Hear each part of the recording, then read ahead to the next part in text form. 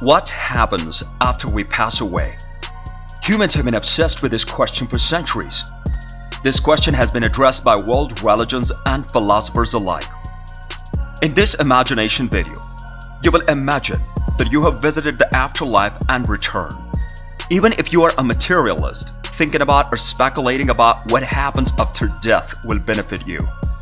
Consider this an exercise in imagination. Humans have always been fascinated by death and the possibility of rebirth. What, after all, is the distinction between a living being and a dead body? Welcome to a new episode of Imagine That. Hope you're doing well. Today we will discuss Imagine That There Is Life After Death.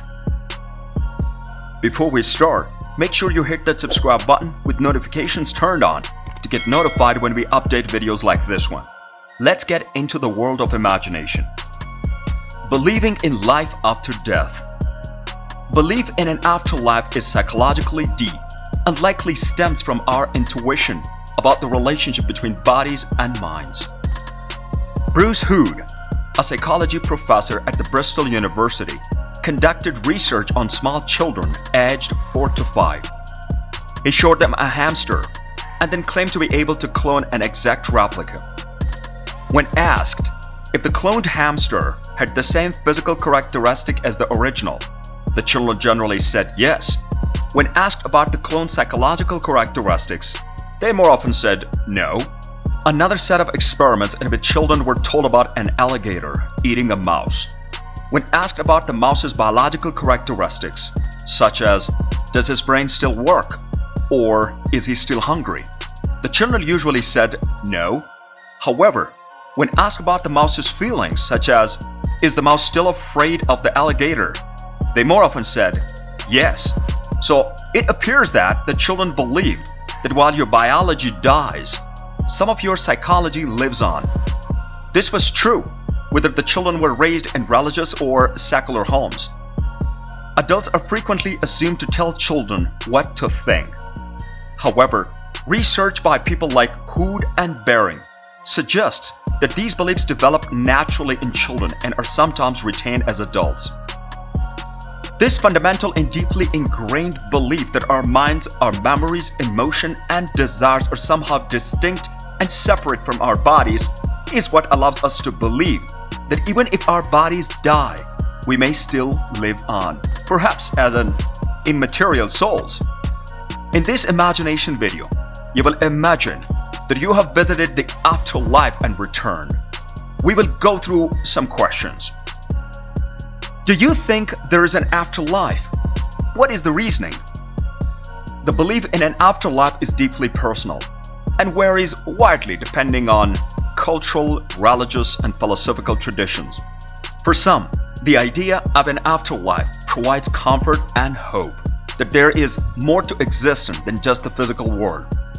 For others, the concept of an afterlife may not hold any relevance or meaning. The belief in an afterlife can have significant implications for how individuals approach life and death.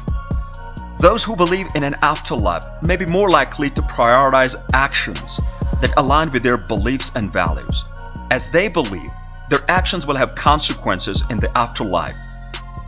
On the other hand, those who do not believe in an afterlife may place greater emphasis on making the most of their time on earth and finding meaning in this life alone.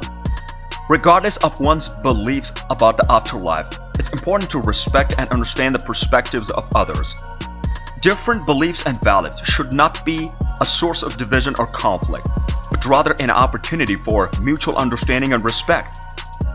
The concept of visiting and returning to the afterlife is frequently depicted in various religious and cultural traditions, as well as in popular media. Some people who have had near-death experiences report briefly visiting the afterlife before returning to their physical bodies. While the prospect of visiting the afterlife and the returning raises many questions and uncertainties. What would one encounter in the afterlife? Would it be possible to return one's physical body and resume normal life? What impact would such an experience have on one's beliefs and outlook on life? Furthermore, One's personal beliefs and cultural traditions may influence the possibility of visiting the afterlife and returning. Some religions and cultures, for example, may believe that the afterlife is a sacred and unattainable realm that the living cannot enter. Finally, whether or not one would want to take advantage of a chance to visit the afterlife and return is deeply personal choice. It may be determined by one's beliefs, values, and level of curiosity.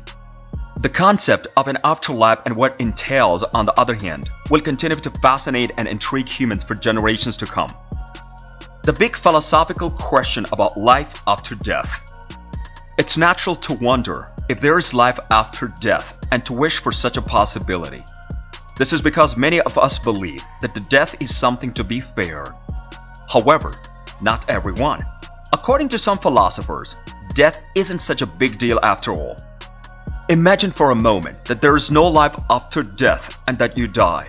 Some philosophers might ask, is it bad to die?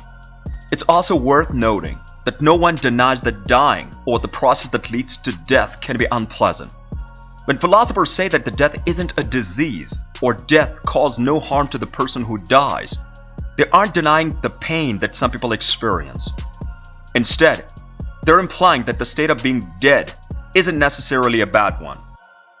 The Greek philosopher Epicurus and his followers are associated with the idea that death isn't all bad. He recognized that many of us are afraid of the death, but he believed that this fear was irrational. He presented arguments for this conclusion, hoping to put people at ease. The first is as follows: if death is bad, who is it bad for? It's difficult for those who are left behind, but we are not concerned about them in this case. We are primarily concerned with how it affects the deceased. But Epicurus claims that's illogical. Death is the ultimate annihilation, the end of everything. Someone must exist for something to be bad for them.